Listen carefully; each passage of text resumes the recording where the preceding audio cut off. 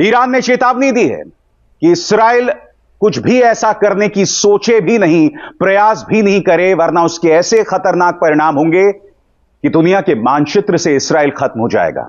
मगर हकीकत यह भी है दोस्तों कि इस वक्त ईरान में जबरदस्त तनाव है, जबरदस्त टेंशन है। क्या आपको ईरान की चेतावनी मालूम है? क्या आपको ये मालूम है कि इजराइल के दुनिया के नक्शे से गायब होने के चांसेस क्रिएट हो रहे हैं? जी हाँ, इजराइल अमेरिका तक की नहीं सुन रहा है, but I am pretty sure कैसे हैवानों का अंत एक दिन तो तय है। हे हाय हेलो नमस्ते जी, सत श्री अकाल, अस्सलाम वालेकुम। मैं निधि शर्मा इंडिया से। और आपको मालूम होगा कि ईरान की जो न्यूक्लियर पावर है उस पर अटैक करने की साजिश इजराइल की काफी टाइम से चल रही है, पर क्योंकि इजराइल को डर लगता है ईरान से, मुझे नहीं लगता कि न्यूक्लियर पावर पे वो अटैक करेगा कभी। और बाकी हम अंतर्यामी तो है नहीं, आगे क्या होगा वो ऊपर वाला जानता है। पर इजराइल जो कर रहा है ना, वो इंसानियत के खिलाफ है। और आज से नहीं हो रहा है, ये तभी से हो रहा है जब बेचारे वक्त के मारे परेशान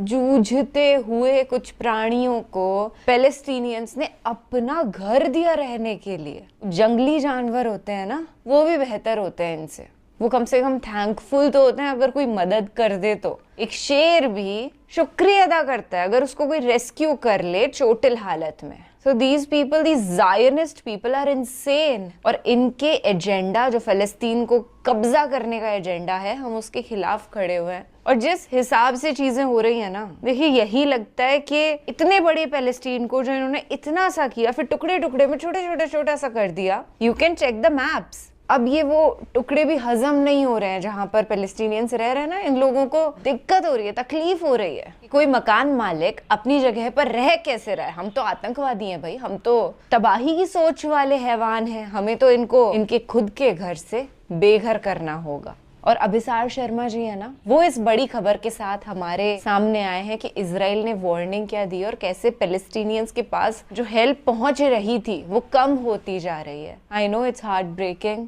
बट ट्रुथ इज ट्रुथ। और 3 तरीके से मदद कर सकते हैं हम। कुरान शरीफ में जो लिखा है उसके अकॉर्डिंग कि या तो हम अगर पावरफुल हैं तो पावर से, पैसे से मदद करें। अगर हम बोल सकते हैं मासूमों के हक में तो हम बोल कर मदद करें, और नहीं कर सकते ये दोनों तो दुआ करके मदद करें। जो आपकी पावर में है आप करिए। और आपकी दोस्त भी यहाँ पर लगी हुई है। और मेरा यही मैसेज रहता है कि अगर पैलेस्टीनियंस तक खाना नहीं पहुँचा सकते ना, तो किसी गरीब के बच्चे तक पहुँचा दो। अगर पैलेस्टीनियंस तक सेफ होम नहीं पहुंचा सकते तो किसी बेजुबान तक पहुंचा दो। जितना कर सकते हो उतने अच्छे कर्म करो, नेक आमाल करो। ये हमको अल्लाह पाक ने हिदायत दी है।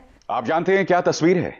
ये भूख की तस्वीर है, ये गजा की तस्वीर है दोस्तों। क्या आप जानते हैं हर गुजरते लम्हे के साथ, हर गुजरते दिन के साथ गजा तक पहुंचने वाली मदद जो है वो कम होती जा रही है। क्या आप जानते हैं दोस्तों, अगस्त में संयुक्त राष्ट्र की तरफ से वहां पर जितनी राहत सामग्री पहुंची थी, अब अक्टूबर में आते आते राहत सामग्री न के बराबर हो गई है। यह चेतावनी कोई और नहीं, संयुक्त राष्ट्र दे रहा है। खतरा यह है कि इस वक्त 10 लाख लोग गजा में, 10 लाख लोग जो हैं वो भुखमरी की कगार पर हैं। एक तरफ इतना बड़ा मानवीय संकट जिसकी मैं चर्चा आगे जाकर करूंगा, और दूसरी तरफ दुनिया तीसरे विश्व युद्ध, एक परमाणु टकराव के मुहाने पर। ईरान ने चेतावनी दी है कि इस्राइल कुछ भी ऐसा करने की सोचे भी नहीं, प्रयास भी नहीं करे, वरना उसके ऐसे खतरनाक परिणाम होंगे कि दुनिया के मानचित्र से इस्राइल खत्म हो जाएगा। मगर हकीकत यह भी है दोस्तों कि इस वक्त ईरान में जबरदस्त तनाव है, जबरदस्त टेंशन है। ईरान मध्य पूर्व में अपने तमाम देशों के साथ मंत्रणा कर रहा है कि कहीं इस्राइल उसके परमाणु ठिकानों या फिर उसके तेल के ठिकानों पर हमला ना कर दे, क्योंकि अगर ऐसा होता है तो एक बहुत बड़ा तेल का संकट पैदा हो सकता है और इसकी लपटें भारत तक पहुंच सकती हैं। यह बात अलग है दोस्तों कि ईरान में जो सड़क पर रहने वाला इंसान है, जो आम इंसान है, वो इस्राइल को चेतावनी दे रहा है। CNN ने ईरान में जो लोग हैं उनसे बात की और वहां से यह आवाज आ रही है जहां पर लोग सीधी चेतावनी दे रहे हैं इस्राइल को कि बाज आओ, और अगर तुमने ईरान पर हमला किया तो ऐसा जवाब दिया जाएगा कि दुनिया के मानचित्र से इस्राइल गायब हो जाएगा। सुनिए वहां से किस तरह की आवाजें उठकर आ रही हैं। They will see a very harsh response from the IRGC, the army and the people of Iran. Be sure that this will happen. Israel has experienced this before, and if they repeat this experience, they will definitely be destroyed. They are brutally overseeing the bloodshed of innocent children which is taking place, and both America and Israel have a share in this crime. They should Yes. overthrow the leadership of their countries. मगर हकीकत यह भी है दोस्तों कि इस वक्त Iran में जबरदस्त तनाव है। वो तनाव क्या है उसकी चर्चा हम कुछ देर बाद करेंगे, मगर इसराइल बेकाबू होता जा रहा है दोस्तों। याद कीजिए कल ही मैंने आपको बताया था कि संयुक्त राष्ट्र के 2 अधिकारियों पर हमला बोल दिया है इसराइल ने, जिसमें इंडोनेशिया के 2 नागरिक घायल हो गए थे। कई पश्चिमी देशों ने इस पर चिंता जतलाई थी, मगर इसराइल थमने का नाम नहीं ले रहा है। एक और हमला हुआ है और इसमें संयुक्त राष्ट्र के 2 और अधिकारी जो हैं वो घायल हो गए हैं। इस बार ये 2 अधिकारी श्रीलंका के नागरिक हैं। इसको लेकर क्या खबरें सामने उभर कर आ रही हैं आपकी स्क्रीन पर।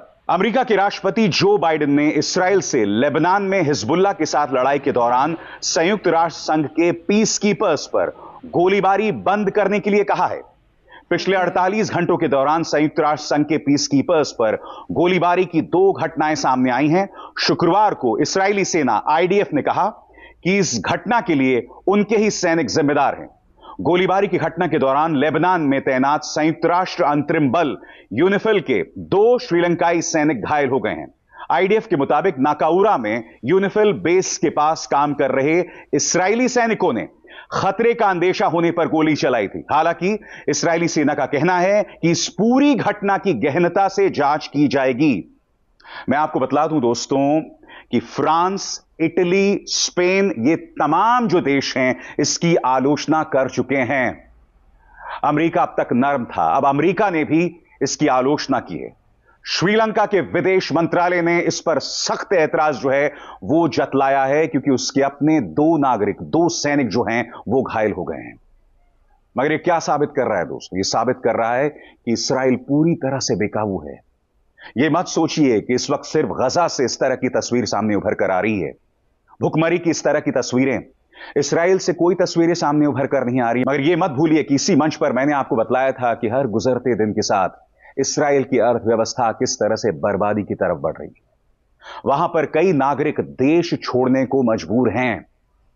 बेंजामिन नेतन्याहू इस वक्त शालीनता की तमाम हदों को पार कर चुके हैं, अपना मानसिक संतुलन पूरी तरह से खो चुके हैं। उनको इस बात का भी अंदाजा नहीं है कि उन्होंने 3 मोर्चों पर युद्ध छेड़ रखा है। दुनिया खात्मे की कगार पर आ सकता है, एक परमाणु टकराव के कगार पर आ सकता है, मगर उनका अपना देश हर गुजरते लम्हे के साथ बर्बाद हो रहा है। बिल्कुल। संयुक्त राष्ट्र पर 2 हमले हो चुके हैं, 48 घंटों में 2 हमले। इससे क्या साबित होता है दोस्तों? इसराइल बेकाबू हो चुका है। इससे यह भी साबित होता है कि इसराइल अब अमेरिका की भी नहीं सुन रहा। साफ तौर पर दोस्तों अमेरिका के दोहरे मापदंड सामने उभर कर आ रहे हैं। और मैं आपको बतलाना चाहता हूं कि CNN, अल जजीरा और BBC से जुटाई गई जानकारी के मुताबिक मैं आपको इस मुद्दे पर क्या क्या बतला सकता हूं। सबसे पहले दोस्तों, खाड़ी में अमेरिका के जो सहयोगी देश हैं, जिसमें शामिल हैं संयुक्त अरब अमीरात यानी यूनाइटेड अरब एमिरेट्स, बहरीन, कतार, ये लगातार अमेरिका से संवाद जारी रख रहे हैं। और इस संवाद का क्या मकसद है? इस संवाद का यह मकसद है कि ये देश अमेरिका को बता रहे हैं कि आप इसराइल पर काबू पाइए, क्योंकि अगर इसराइल ईरान के परमाणु ठिकानों या फिर तेल ठिकानों पर हमला करता है तो सिर्फ मध्यपूर्व ही नहीं, पूरी दुनिया में इतना बड़ा आर्थिक संकट आएगा कि भारत जैसे देश इसका सामना भी नहीं कर पाएंगे। हालांकि यह चेतावनी उन्होंने अपने देशों के लिए दी है, मगर मैं एक भारतीय पत्रकार होने के नाते इसकी गंभीरता को समझता हूं। इसके अलावा दोस्तों, हर गुजरते दिन के साथ अमेरिका का जो इसराइल पर कंट्रोल है वो खत्म होता जा रहा है, और उसकी 2 मिसालें सामने उभर कर आई हैं। सबसे पहले, अब तक लेबनान पर इसराइली हमले में 1400 से 2000 लोग मारे जा चुके हैं। इस आंकड़े को देखिए दोस्तों, 1400 से 2000 लोग, ये वो आंकड़ा है लेबनान में मारे गए लोगों का आंकड़ा। जिस तरह से इसराइल ने लेबनान पर हमला शुरू किया है ना, इसमें अमेरिकी सहमति भी नहीं है। अमेरिका उसे लगातार रोकने की कोशिश कर रहा है, मगर इस्राइल उसे नहीं सुन रहा है। यह पहली मिसाल है जो प्रमाणित करता है कि इस्राइल पर अमेरिकी प्रभाव बुरी तरह से खत्म हो रहा है। दूसरी मिसाल याद कीजिएगा दोस्तों, हिजबुल्लाह के कमांडर्स पर हमला करने के लिए इस्राइल ने एक बड़ा हमला किया था। और हमला क्या था? इस्राइल उनके पेजर्स और उनके फोन्स को हैक कर रहा था और उसे एक बॉम्ब में तब्दील कर रहा था। और ऐसे करीब 1000 धमाके हुए, जिसमें हिजबुल्लाह के कई कमांडर्स और कई बेकसूर नागरिक भी मारे गए। अमेरिका इस बात को लेकर नाराज है। और क्या आप जानते हैं कि इस्राइल ने इस घटना को अंजाम दिया और इसमें अमेरिका की रजामंदी नहीं थी। इस्राइल ने यहां कितना खतरनाक काम किया है आप सोच भी नहीं सकते।